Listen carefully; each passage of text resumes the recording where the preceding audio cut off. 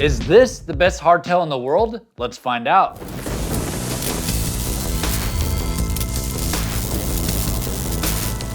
In the last episode, we tested the new Wrangler Big Out and found out some really great things. It's amazing at flow and jumping, but I'm still looking for that perfect hardtail feeling.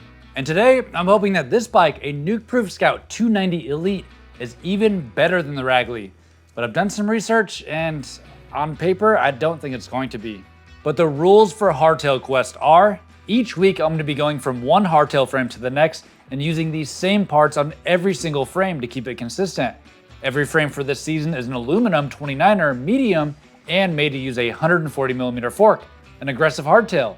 But at the end of the series, only one frame will become my personal hardtail and the rest gotta go. Before we strip down both bikes, I have to change the Wrangler's score.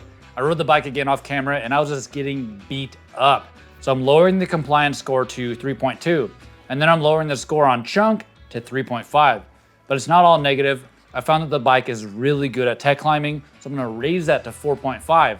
So that changes the overall score down just a point to 79. But let's strip down both bikes. This video is sponsored by my friends at Element. If you didn't already know, Element is an electrolyte drink mix that is way better than all the other sports drinks on the market because they all lack salt. Element has the perfect amount of sodium, potassium, and magnesium. There's no junk, no sugar, and it tastes great. Plus, it's the perfect way to stay hydrated this summer.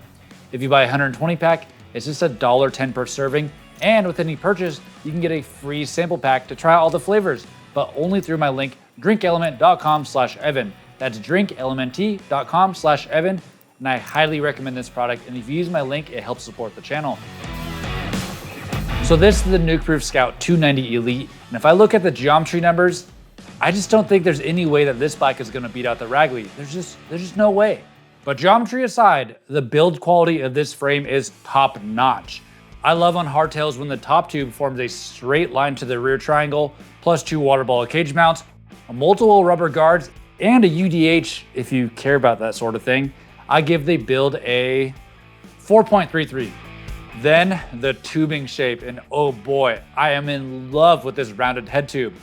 Then you have some hydroform tubing in the front and a really beefy rear triangle. But will that mean it's too stiff?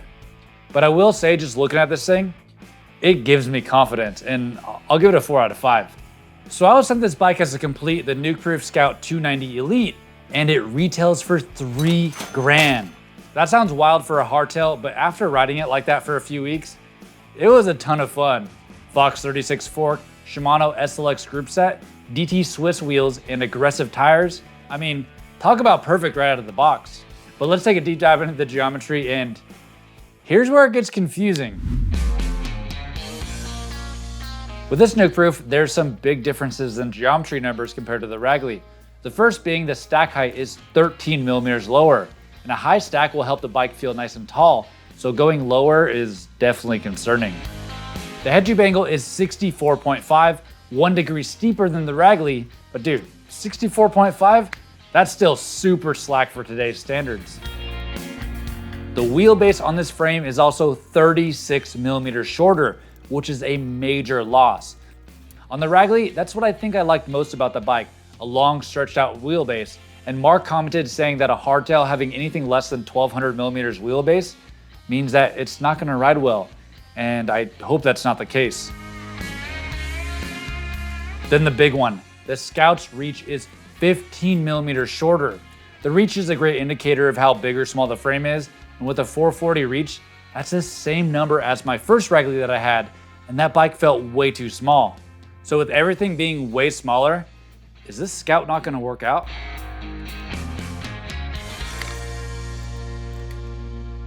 Oh, real quick, check this out.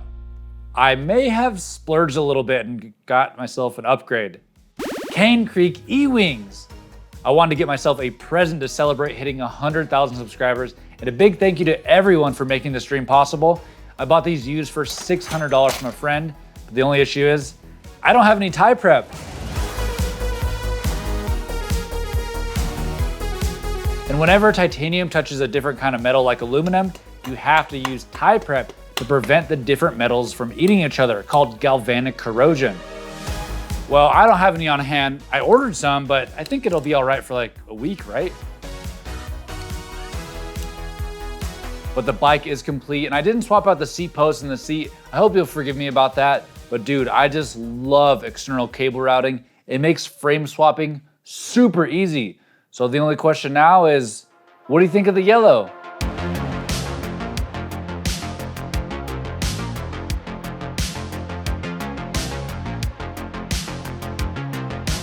Dang, I just love how this Nukeproof turned out with all of my parts. I'm finding that the yellow paint job looks amazing, but it really shows grease and grime just way too easily. But speaking of, I actually got some tie prep in the mail and I applied it before the first ride. But man, that stuff gets everywhere. But for the looks, I'm gonna give it a 4.024. As for the fit, I am just so confused. So with the Ragley, I measured the bars from the ground to the top of the bars. And like I said earlier, this stack height is 13 millimeters lower. Well, on the Nukeproof, the bar height is the exact same, using the same stem, bars, spacer. So I am just more confused than ever. And what that tells me is we gotta take all the geometry numbers, sagged, unsagged, and just throw them right out the window. We just gotta go ride this thing.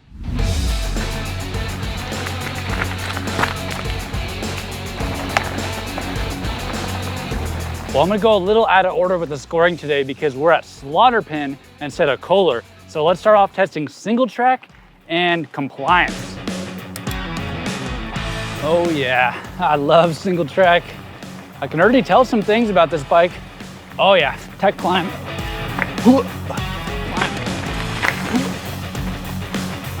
Wow, that just ate that up. Well, even though the bars are the same height, I can definitely tell that the front end feels lower, but it's actually not a bad thing. Being in the saddle, climbing, I actually like it more. It's more of like a road bike position. And the Singletrack is where this bike shines the most, dude. I think I'm gonna have to give this bike, for a Singletrack, I'm gonna give it a 5. This bike is so good. Yeah, so with this bike being a little bit smaller, it is actually way more precise on the Singletrack, a little bit more peppy on the Singletrack, and just overall a little bit more fun. But we gotta go hit the jumps to see if it'll sacrifice there. All right, let's go test some jumps. But first, we gotta climb this thing. All right, normally this climb sucks. It's called Lombard, the trail, or on Strava it's called 22 turns because that's how many turns it takes to get to the top. But this bike climbs super well. Even though the reach is shorter, the C2 must be more laid back because the riding position, just sitting here grinding out miles, it's way better to pedal. So I'm gonna give the climbing a 4.33. All right, let's test out some flow. Yeah. Oh yeah.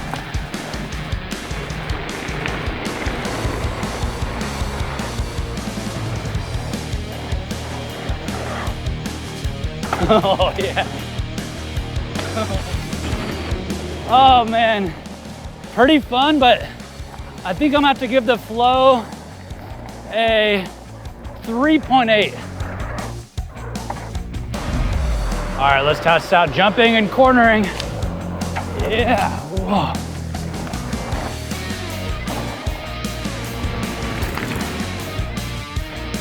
All right, so the cornering is actually better than the Ragley.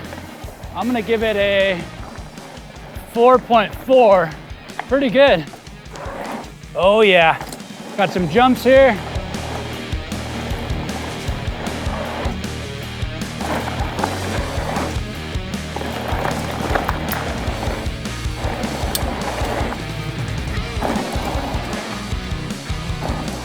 Oh yeah.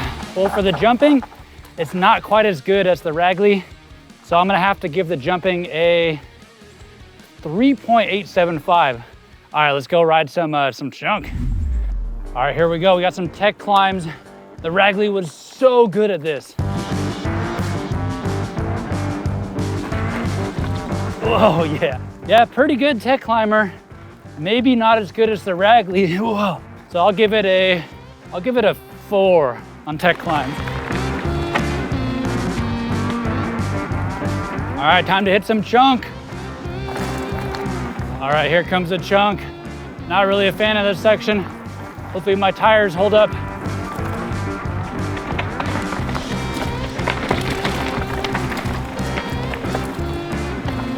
Yeah. Oh yeah, I'll give the chunk a 4.3. Yeah.